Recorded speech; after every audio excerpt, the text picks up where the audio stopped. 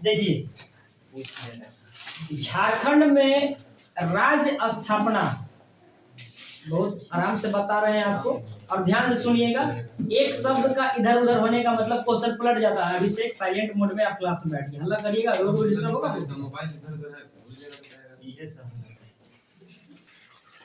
झारखंड में जो राज्य स्थापना का जो श्रेय जाता है वो मुंडा राज को जाता है। यानी मुंडा राज ने सबसे पहले क्या किया?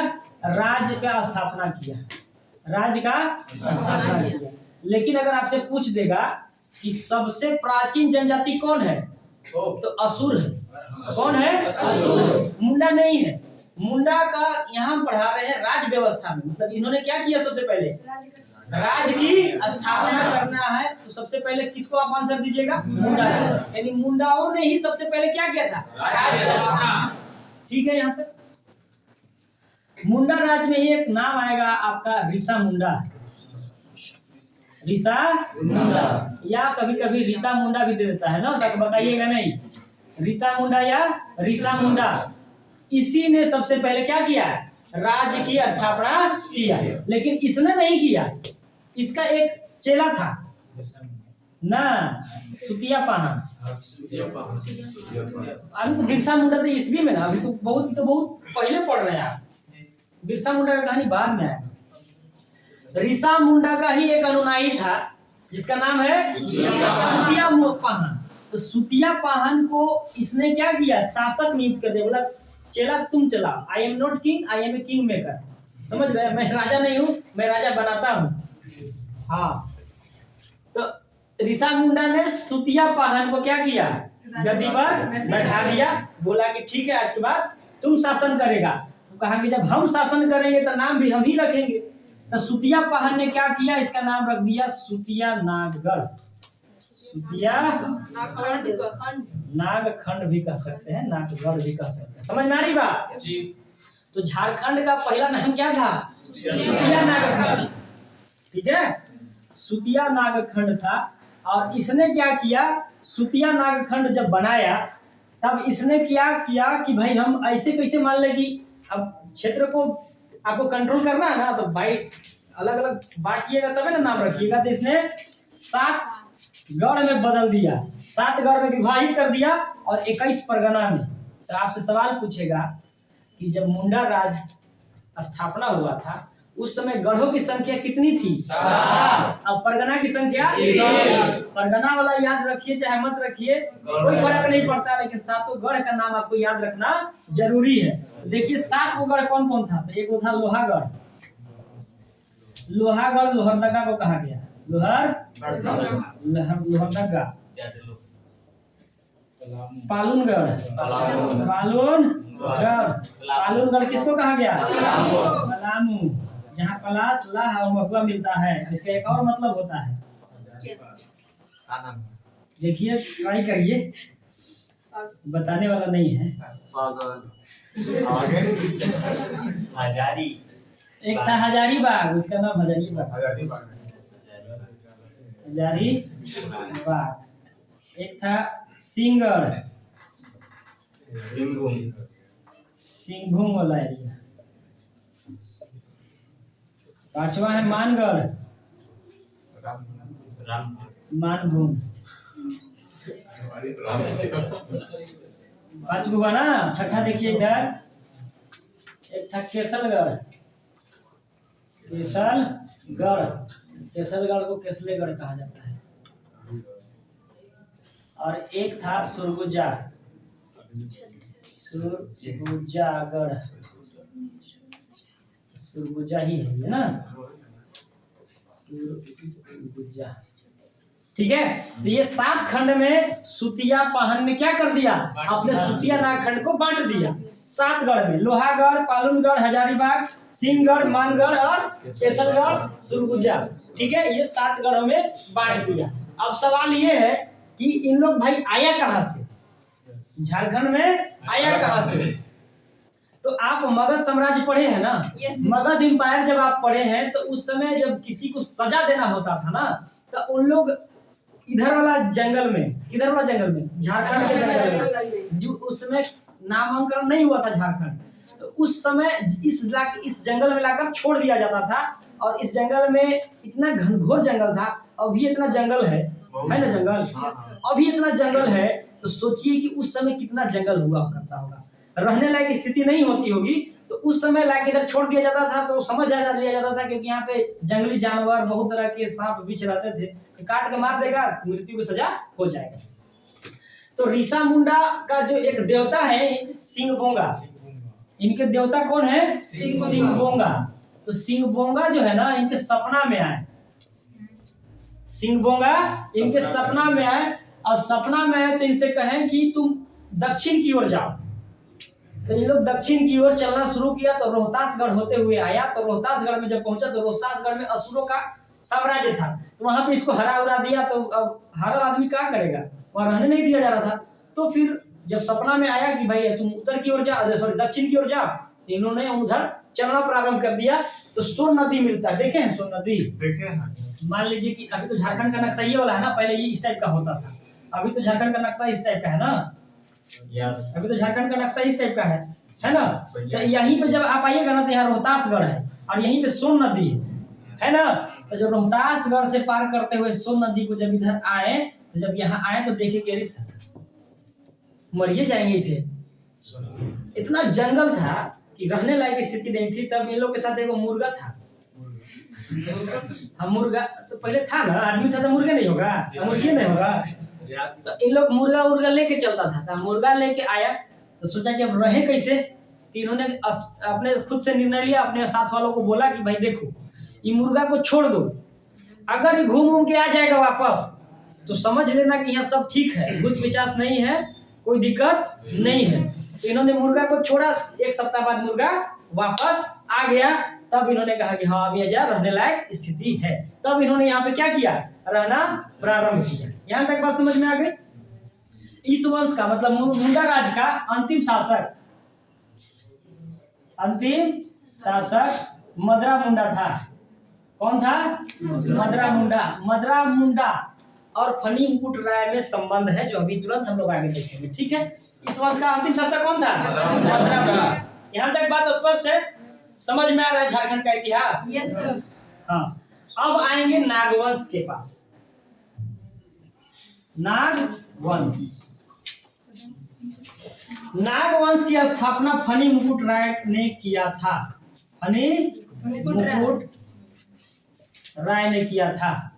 फनी मुकुट राय का जन्म 64 ईस्वी में हुआ था। सब ईस्वी में हुआ था। कब हुआ था? ईस्वी में। 64 ईस्वी में हुआ था, और इन्होंने गद्दी को प्राप्त किया था 83 ईस्वी में, यानी अपने 19 वर्ष की अवस्था में क्या किए थे? गद्दी पर बैठ गए। यहाँ तक बात स्पष्ट है। अब आपके जहन में ये सवाल आ रहा होगा कि सर ये फनी मुकुट राय आए कहाँ से? तो आपको बताते हैं, इनके बारे में एक कहानी है, उसको सुन लीजिए। कहानी से ही बहुत सारी चीजें हो जाएंगी, इसके बाद फैक्ट पे आएंगे। कहानी ये है कि इनके पिता का नाम था पुंडरीक नाग।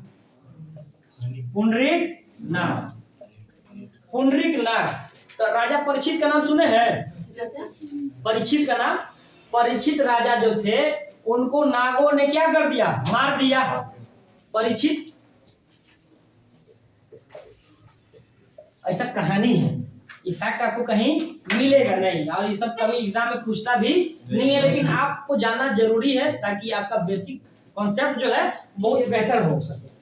तो राजा परीक्षित को नागों द्वारा, नाग मैंने समझते हैं ना, सांप नाग समझते हैं ना, तो सांप जो है नाग, उसमें एक क्वालिटी होता है नाग। तो नागों ने क्या किया? राजा परीक्षित को मार दिया। तो राजा परीक्षित का एक बेटा था जन्मजय। तो जन्मजय जो था उसने एक यज्ञ करवाया, उसका नाम है नाग यज्ञ। नाग यज्ञ किसने कराया? जन्मजय ने। जन्मजय कौन था? परीक्षित का बेटा। परीक्षित कैसे मरा? नागों द्वारा। यहाँ तक बात समझ में आ रही है? तो नाग यज्ञ होने के बाद जितने भी नाग होते हैं ना, सब मर जाते हैं। ठीक है, सभी नाग क्या होते हैं? मर जाते हैं, विलुप्त हो जाते हैं। लेकिन उसी में से एक नाग बच गया, जिसका नाम है पुंडरीक नाग। आई बात समझ में? जन्मजय ने एक यज्ञ करवाया जिसका नाम है नाग यज्ञ। उस नाग यज्ञ को कराने के बाद सभी नाग मर गए, लेकिन एक नाग बच गया जिसका नाम है पुंडरीक नाग। अब पुंडरीक नाग वहां से भागकर चला गया बनारस। कहाँ गया? बनारस। और वहीं पर अध्ययन करने लगा, शास्त्र की अध्ययन करने लगा। और उसी अध्ययन के दौरान इसको एक लड़की से प्रेम हो गया जिसका नाम है पार्वती। आई बात समझ में?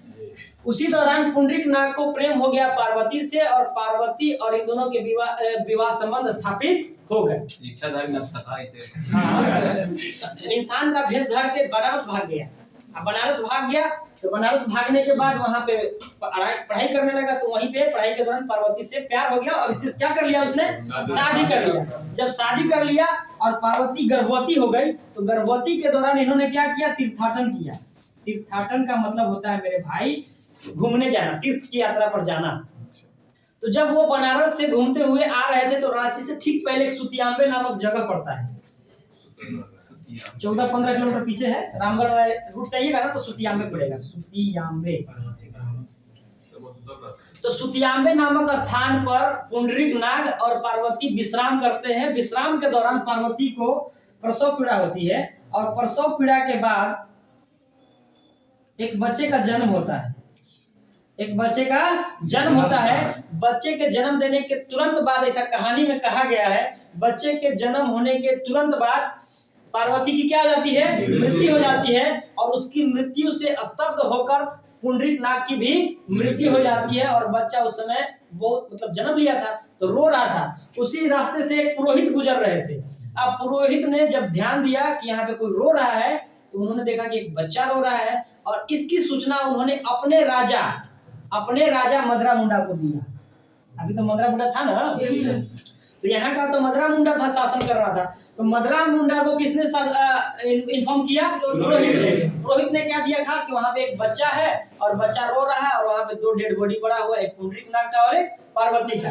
तो बच्चे को उठाकर क्या किया?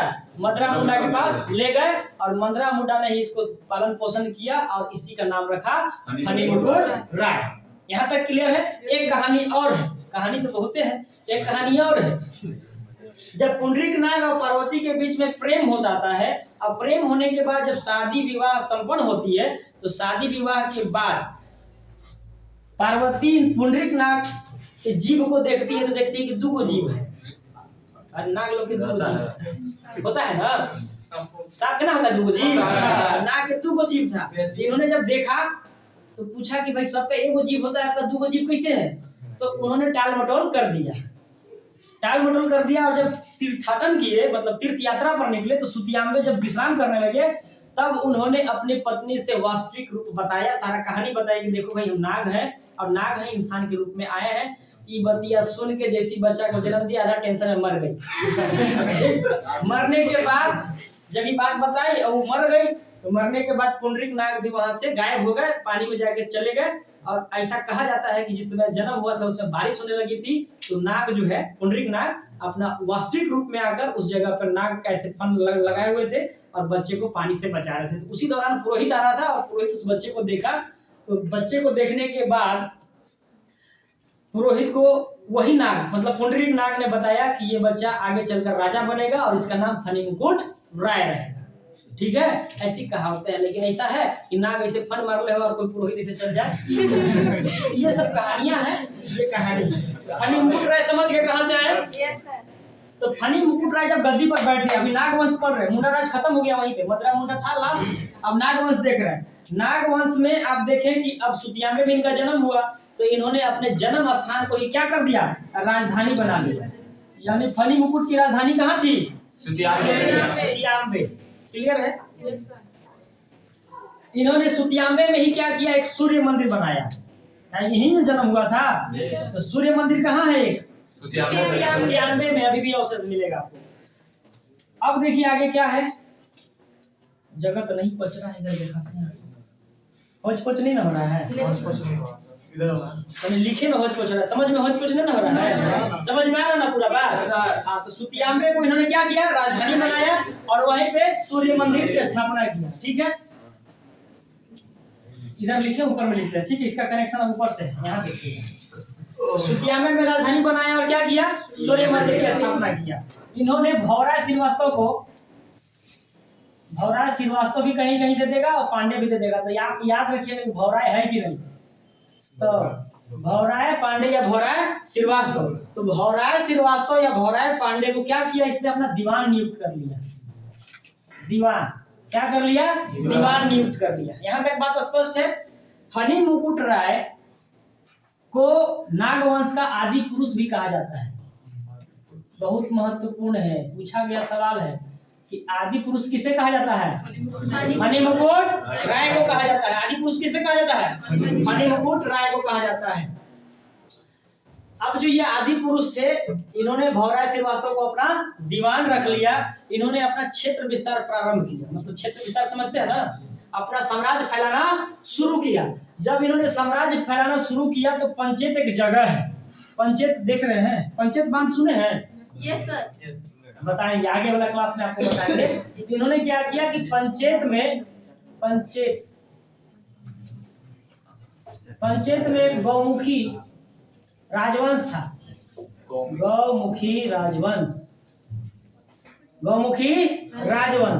पंचेत में गौमुखी राजवंश के यहाँ अपना विवाह संबंध स्थापित किया। अब हो गया ससुराल, हुआ ना, क्षेत्र विस्तार हुआ ना। पहले के राजा क्षेत्र विस्तार विवाह संबंध से ही करते थे, तो विवाह वहां कर लिए तो ये क्षेत्र विस्तार हो गया, वहां के राजा को भी मिला लिए। तो दोनों मिल के, कौन कौन, फनी मुकुट राय और गौमुखी राजवंश, दोनों मिल के उड़ीसा में एक जगह है जिसका नाम है त्योझर।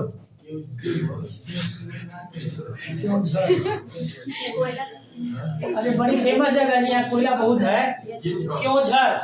त्योझर उड़ीसा में है ना, त्योझर। अभी रह जाओ इसी। हाँ, झारखंड में हमारे धनबाद तो फेमस ही है, लेकिन त्योझर भी उतना ही फेमस है जितना धनबाद है।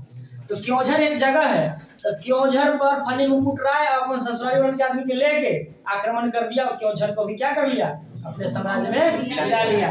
तो एक ही इन्होंने मतलब अपना लड़ाई किया है, वो त्योझर के विरुद्ध किया है। त्योझर इसलिए किया क्योंकि इसको साम्राज्य का विस्तार करना था। यहाँ तक क्लियर है। फनी मुकुट राय के बाद बहुत सारे शासक आएंगे, मदन राय आएंगे, घटराय आएंगे, प्रताप राय आएंगे, सहदेव आएंगे, सब आएंगे। उसके बारे में हम लोग अगले क्लास में देखेंगे। यहाँ तक बात आपको समझ में आया? तो ये झारखंड का हिस्ट्री का पहला क्लास है जो कि हम बेसिक से लेके चल रहे हैं आपको। इसके बाद धीरे धीरे आपको आपका बेसिक कॉन्सेप्ट भी आपका बहुत अच्छे से क्लियर हो जाएगा। यहाँ तक किन्हीं को कोई सवाल है तो आप पूछ सकते हैं। आया समझ में? चलिए एक बार रिवाइज करते हैं फिर आगे चलते हैं। मुंडा राज की स्थापना का श्रेय किसे जाता है? ऋषा मुंडा। ऋषा मुंडा ने शासन किसे नियुक्त किया? सुतिया पाहन ने उस राज्य का क्या नाम रखा? सुतिया नागखंड। सुतिया नागखंड को सुतिया पाहन ने कितने गढ़ में बांटा? कितने परगना में? 7 गढ़। कौन कौन है?